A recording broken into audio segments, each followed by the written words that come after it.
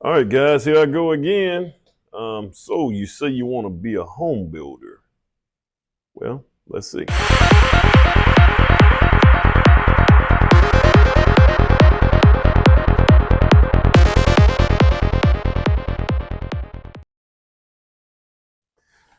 All right, guys, here we go again, man. I got this little brief video here that I want you guys to see. And just kind of go over the first stages of trying to get to you're starting out as a builder and you kind of go in and it's just something that you really want to do. I mean, guys, I like to do it. Sometime I win, sometime I lose, but it has to be in you. So I'm gonna go over a couple of things that I think that you guys should know about being a builder. Okay. So let's go ahead and get this thing going here. Let me see if I can go switch slides here. All right. I think the first thing that you got to have, one thing that I think is indicative of all the builders that I've seen. I'm trying to find this thing here. Is you got to have the right attitude, guys. And what I mean right attitude is you got to want it. You got to have to get up and go. You got to be that person that just make things happen. Sometimes you got to grab everybody by the hand and march them to the bank, or march them to the closing table. Or you have to be that person. You got to be very, very passionate, the type of passionate person, but you got to have the right attitude is what I'm getting to, guys. That has to be there. Okay. Now, if you got the right attitude, I think the next thing you're going to be is you got to be fearless. When I say fearless, because there's a lot that you have, there's a lot that you can lose if you go out here and you're in the business of building residential homes. There's a lot. I'm talking about, guys, I'm trying to get used to this right here stuff here. There's just a lot to lose. I mean, if you can pay interest for I don't know how long. That's losing money. You can catch the market at a bad time. You can lose there, and a lot of this stuff can leak over into your personal life. So you have to be one of those people that just will not allow the fear of failure to be greater than the excitement of succeeding.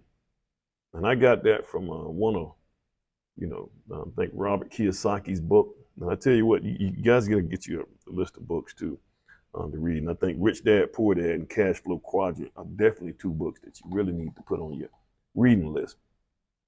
But you got to be fearless, man. You can't be afraid. And I mean, even dealing with the subcontractors, dealing with just everybody, dealing with homeowners, you can't be that guy that just kind of a guy, a gal, but you have to be fearless. You can't be afraid in this game. That's another attribute that I always like to stress is, guys, you got to be logical. Now, and you got to be business minded. Now, it's better to miss out on a good deal than to buy into a bad one. And in this real estate market, because you don't know all the details behind the land. When you go buy land, you don't know what's going on for real on that land. And so, you can dig down and you can be digging on bad soil. I mean, you just don't know what's going on. But you have got to do your due diligence to figure out what's going on. You're looking at the market. You're looking at the land. You're looking at everything. You have to have a glimpse of everything you need to see in order to turn a profit. And this is not going to happen overnight. It takes time to turn profits. Because I've been building for a while, and I just figured out how to at least put a little money in my pocket. And this is something that you have to love to do, but you got to be logical. And I do a lot of mathematics, guys. So I'm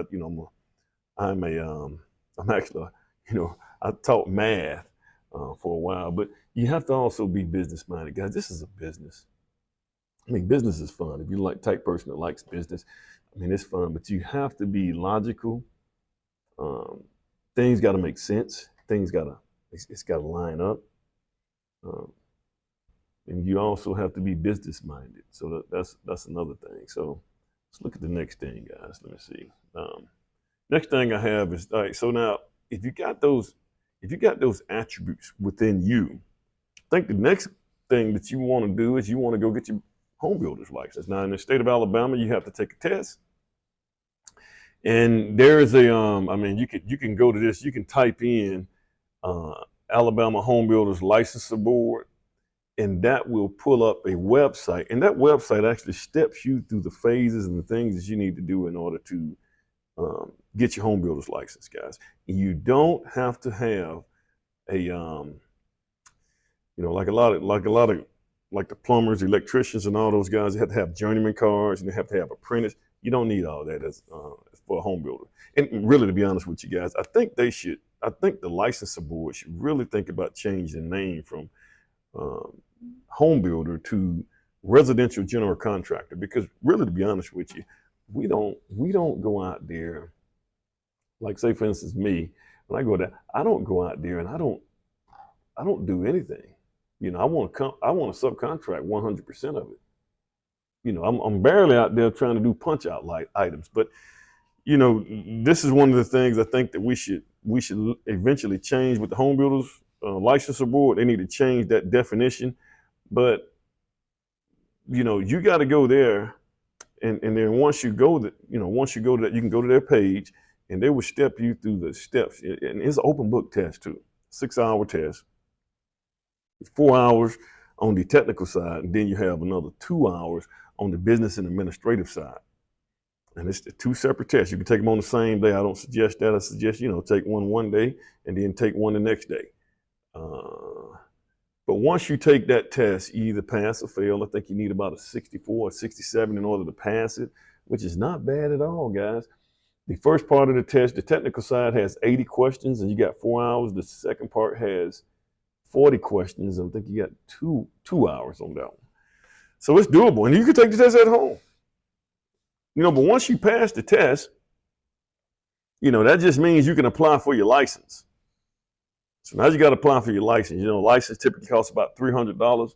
So now it's time to go ahead and apply for the license. I got a lot of guys I know that just, they took the test and they were very successful on it. They passed it, and, they went on. These guys got their home builder's license. But, guys, getting your home builder's license, this is where the fun just starts.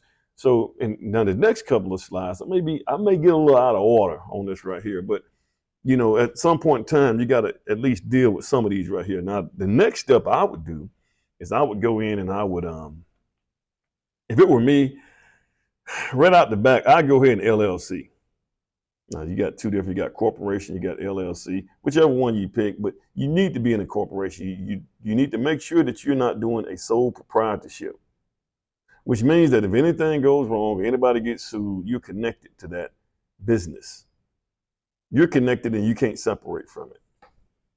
And guys, I'm just going to tell you this right here. We live in a very litigious society today. People are coming, if you mess up, they're coming at you. If you take too long, they're coming at you. If you go over budget, they're coming at you. And they're going to sue you. Now, if you're out here, like I said, you got to be fearless. If you're out here afraid to be sued, stuff like that, this ain't your game. This ain't the game you want to get into. It just ain't. You pick something that you can go to work every day, get paid, same thing every month, a week, whatever it is that you do, and you don't have to deal with all the headaches. Like I said, the rewards in this, if you're a residential builder, can be big or they can be low. I typically think in my household it's feast or famine. Sometimes I'm doing good, sometimes I'm doing bad. But I would definitely incorporate. And now, like say, for instance, me, I like the LLC. Now, if you got an LLC, I would also turn that into an S corp so I can pay myself a salary, and you can claim that on your taxes. So, that's something you want to talk to a tax person about. But definitely do some kind of corporation. Now, once you get, once you're not in the state of Alabama, you gotta go to the Secretary of State. You gotta reserve your name. Once you reserve your name, they send you a certificate back. Once you get your certificate, you can go to the probate and you can file. You can file it at the probate office in the county that you live in, which is where I would go, and then one other county that you do the most of your business in, I guess. But um, probably the place where your business is, most definitely where the business is located. So I would go there and I'd file it, and then once you get once you get that done, you can also go and file for your N number. You can do all that online. You can get your employee identification number, and then you can get your so you got your N number. So that's almost like a social security number for a business. So once you guys kind of figure out what kind of corporation you want to do, I think I wonder why that thing is doing that. I think the next item up for, and I knew that would happen. So okay, I didn't lose it. I would go ahead and get my insurances. You got a couple of different types of insurance that you need to get. Now, the first one you got to get is going to be your general liability insurance. So, if your workmanship fail and you get sued, that's the insurance to come in and help with that. Now, you as a builder need to make sure things is right so the workmanship don't fail. But that's what the general liability insurance. In the event that you do something wrong, it kicks in. Builder's risk is something that you get once you get a builder's risk once you start building, and it's really to protect in the event that, say for instance, the house burned down, lightning strike it, or wind blow it down. So you got to be able to fix it back like it was. So that's where the builder's risk comes in at. You also have another insurance, and that insurance is going to be your workman's comp. Now, typically if you're just starting out as a builder, you don't have 5 employees working with you. I'm in the state of Alabama now. In the state of Alabama, if you got less than 5 employees, you don't have to carry workman's comp. Although, if you're building a new residential home, you have to carry workman's comp on that particular job site if it's a new residential home. So that's where that comes in at. So you can do a little bit more research. I would find me an insurance guy who handles insurance, and that's what they do, corporate insurance. And I would just, have them to kind of go down the line. And, you also want to look at costs, because that stuff can get pricey, between $250 and $300-$400 a month. And then you also want to make sure that all your subcontractors, when we get into those guys, you want to make sure that they have their insurances as well, so they can list your company as an additional insured. All right. See if I can keep going here. The next thing you want to do, guys, you got those things together. And I would just have that shell. I would have my business license, have my corporation, and I would have my insurance. Okay? I'll be honest with you, I would just have those things just kind of floating around. I would just have it there for when I need it. All right? Then at this point, I would make sure I study the market, guys. This market ebbs and flows. Now, I think the market is okay. This is October the 10th, 2023. I don't think the housing market is probably going anywhere no time soon. If you're a new builder, if you're building new homes, I think you're okay right now. I think if you go out there and you just build some spec houses right now, they'll all sell before you finish it. There's one little caveat to that, and we're going to go into that in a minute. It's a little bit more difficult than I'm making it out to be, but I think that if you have a home right now, it will sell. The market right now, I think, is okay. And the reason I say that is because people right now are they're not moving. They're not moving because they bought their house when the interest rate was around about 3%. Now the interest rate is almost double that now. So they don't want to do that because now their mortgages are going to be a whole lot higher, almost double the mortgage, because you typically always pay interest first. So people don't want to do that now. So people are not moving. People are not trying to move out of the house, sell their house, and move into another house. They're not doing that because they don't want to fool around with these interest rates. So now the people who want a new house now, what are they going to do? What can they do? And that's the problem. So those people who are here who don't mind buy or who are trying to get a new house right now, they got to buy them. That's where they got to get them from. So no one else is selling resales. There are no resales anymore. So I think the market is okay right now, but you've got to study that market, and you got to kind of project and see how far that, you better do your due diligence on that market, because it can change in 30 days. It can change real quick on you, and or anything in the market could change, man. Lumber prices could go sky high. The next thing you want to do, so once you kind of figure that market out, you study the market, you feel like it's a good market to build in, I think the next thing you got to do is you got to start working on yourself now, guys. Let me just tell you this right here. You better get your credit right. Now, unless you're that person, and that's probably 1% of Americans, if you're that person that, you got a couple of $1 million in the bank, and you're and if you got that, you can probably figure out a way to flip that around and make more money than just going out here fooling around with a house for about 8 months. But if you're that person that just got it like that, that's fine. But most people got to go to the bank, find someone who would loan them the money to go out there and build a house. Now, I suggest the best way to do it, guys, if it were me, I'd try to build my own house. And I just put it up for sale. The only problem with that is most lending institutions, mortgage companies and things like that, they're not going to want to lend you money directly to build your own house. They don't like that movement. That's not good for them, because that's a conflict of interest. Too many unknowns. You can kind of, that banks don't want to do that kind of stuff. Now there's a way to do it. You may be able to, I don't know. That's something you may have to work out with the bank. They may have some programs out there that would allow you to do that. But the best way to do it is, if the house don't sell, you move in it. If it sells, you go to the next one. That's the best case scenario, if you can do it like that. And then you can generate enough money. And you got to have money in the bank too, man. They're not going to just give you money and you don't have money in the bank. What they're going to be looking at too is they're going to be looking at whether or not you can pay the interest that's accrued on the money that you use when you get that loan done.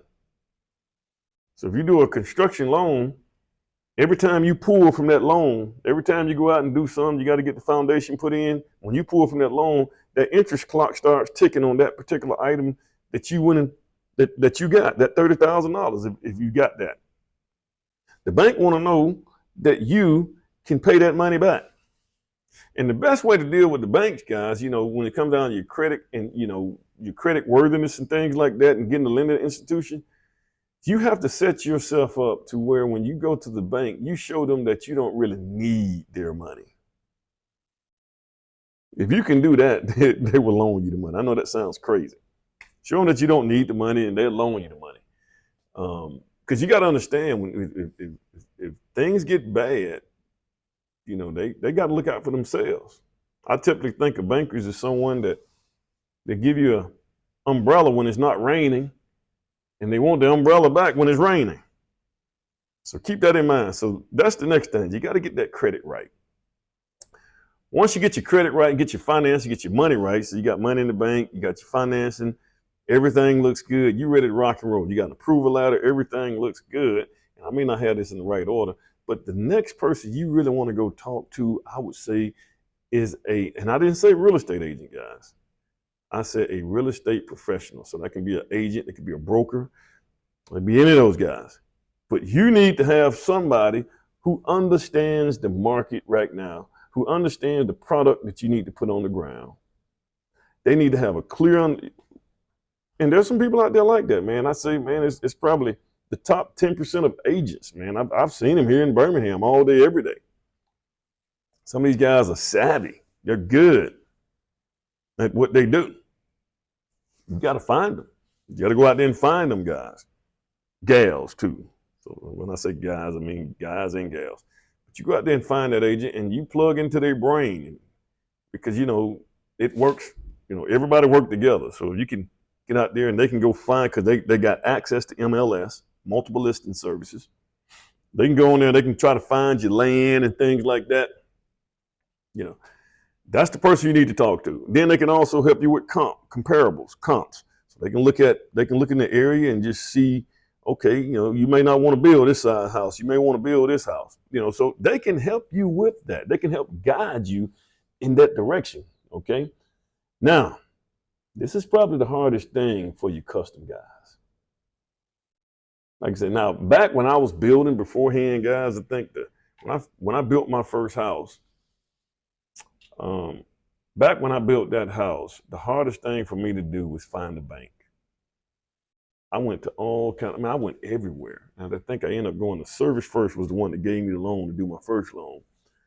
But guys, I even went to, and a lot of people say, man, why do you don't go to African American? I went to African American Bank. They turned me down. I went everywhere, guys. Even when it came down to the land, guys, when it came down to the land, guys, I even went to a African American developer. And I now understand, but then he explained to me, he said, hey man, I got 5 builders and these are my guys, and I feel comfortable with these builders. I know their work, I know they can do what they need to do. And I get it now. I didn't get it back then. I was like, man, why this brother won't help me out? And this brother, he didn't just have, he had white guys and black guys, I think, over there building in his subdivision that he developed. But the reason I say that this right here is this is the hardest one to do right here, guys. The reason that I say that is because developers are not developers like it used to be about 15 to 20 years ago. At one point in time, you would have a guy that would go out here and develop a tract of land. He'd find 4 or 5 builders, and he'd get the lot separated up, put all the utilities in, like your gas and had a easement to power. He put everything in there, put the roads in, or at least the temporary roads in, the curves and the gutters and stuff in the road. He'd get all that stuff set up, and then he'll sell those lots.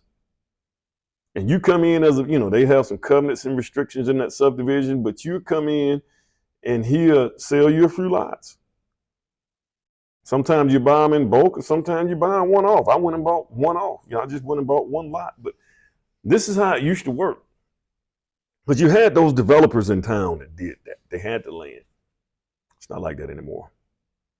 What's happening now, guys, is the big tract builders are coming in, and they're getting these helicopters, and they fly around, they look at the land, location, look at everything. They get that land, they buy that land up, they develop it themselves, they chop all the lots up, or they have somebody to do the developing and pass over to them once they're done with it, because they still focusing on the houses that they build it. And they already have that market already figured out what market they're going to build in. They get all that stuff going, and they do it all. They go in and do each one of them. That's why I say today, guys, the builders got to, you just can't do that custom stuff anymore because you can't find the land. Especially for the size houses that people can afford. If you're gonna do I don't know, if you're gonna do a $300,000 house, you're looking at a $50,000 lot. You're not gonna find no $50,000 lot in nice areas. You got to go way out somewhere with where the school systems may not be as good, and you got to figure that thing out. So I got a mosquito trying to mess with me. So that's going to be one of your biggest challenges right there, man. And that's why you got to heavily lean on those real estate agents to help you find some lands or lots. And then, guys, most of the cases, the lots are not going to be sitting out there. They're not going to have a for sale sign on them like this right here. It's going to be somewhere where you need to pick up the phone. You see this area, you find out who owns it. And guys, you can actually go online. You can go to Shelby County GIS, or you can go to the GIS in your local county, and you can pull up who owns those lots. You can go to the tax record and figure out who owns it. And sometimes you got to just give these guys a call and see if they can work a deal out with you. It ain't like it used to be. You got to be creative on this thing, man. You got to go out there and make it happen. It's just tough now. So you can't find land. I'm talking about the custom guys, the one-off custom builders. Hey, man, either you a developer or you just ain't. I told builders this a long time ago, get to go ahead and merge up. And the next thing, once you get that figured out, if you find some land, that's probably going to be your toughest one, guys. But if you find some land, the next person you need to go see is a plan designer. And once again, guys, you don't have to have an architect in Alabama, but architect helps. because those guys are, they see the key to a building a home is you want to build a house on paper first. Okay, you want to have everything you need on the paper first. Because when you start building, you don't want anything, you don't want any of your subcontractors to have to think about anything. You want them to be able to look at it and tell exactly what needs to happen. So that's why you got to get a good plan designer. Plan designer or an architect. Architect's a little bit more detailed. They're gonna make it a little bit more detailed for you, but they're gonna be much more expensive too. So that's another thing. Plan designer, you're probably looking at $1,600 to $2,500 just for a set of plans. Okay, and you might want to start. You want to get with that plan designer, make sure you guys are on the same page. Just make sure you saw the lot. You know the power's coming in. You kind of got everything figured out. So those are the things that you want to pay attention to. Okay, so the plan designer is going to be your next guy. Once you get you a good set of plans, and then also you need to be looking at the square footage. You don't want to overbuild. If you find a neighborhood that you're in, you don't want to overbuild in that particular neighborhood. So if everybody got 2,700 square feet homes, you don't want to be the one that's building 3,500 square feet home or 4,000 square feet. So now you're overbuilt in that neighborhood. Now, it's probably not going to praise for much higher than what's already out there. So you're losing equity in that home. So that's something you want to think about. So once you get your plan designer going on, guys, you want to start looking for your subcontractors and suppliers. This is your subcontractors, like your mechanical, electrical, plumbers. You want to go ahead and vet those guys out. I will be vetting them out on the front end. And a lot of times you can get a lot of these guys from your local home builders association. This is why you guys, because a lot of your home builders, a lot of these subcontractors are also members of the home builders association. They paying membership fees. So they, and they don't want to mess up stuff in the association or mess you around in the association, because the word going to get around and no one's going to use those guys. So that's why the association is a good place to get your subcontractors, your local home builders association.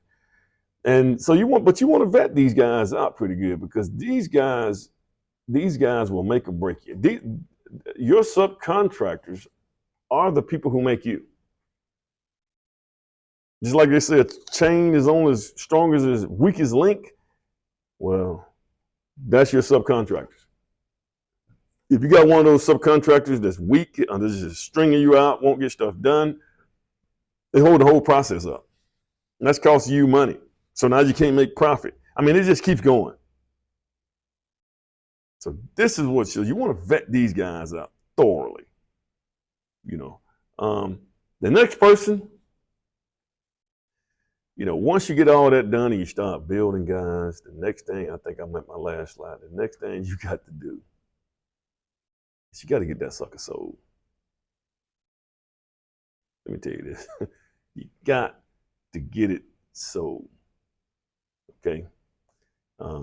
Because if you don't get it sold, every day that it sits on the market, you will be paying interest. And sometimes that interest can turn into $100 to $150 a day. Depends on what size house you're building. And that can be what make or break you. And every day it sits on the market, you see your profit dropping. Them interest payments. That's why I say, hey, man, worst case scenario, if you had it set up, just move in it and keep the for sale sign in the front yard. And you pay that mortgage or whatever. That's the best way to do it. Okay.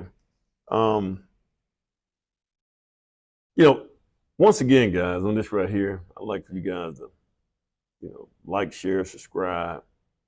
Definitely send me, if you guys have any questions or something like that, comment. Send me some content if you guys want to hear some stuff on some more items. Please do so. And once again, guys, I appreciate you guys for coming out and joining me today. You guys have a good day.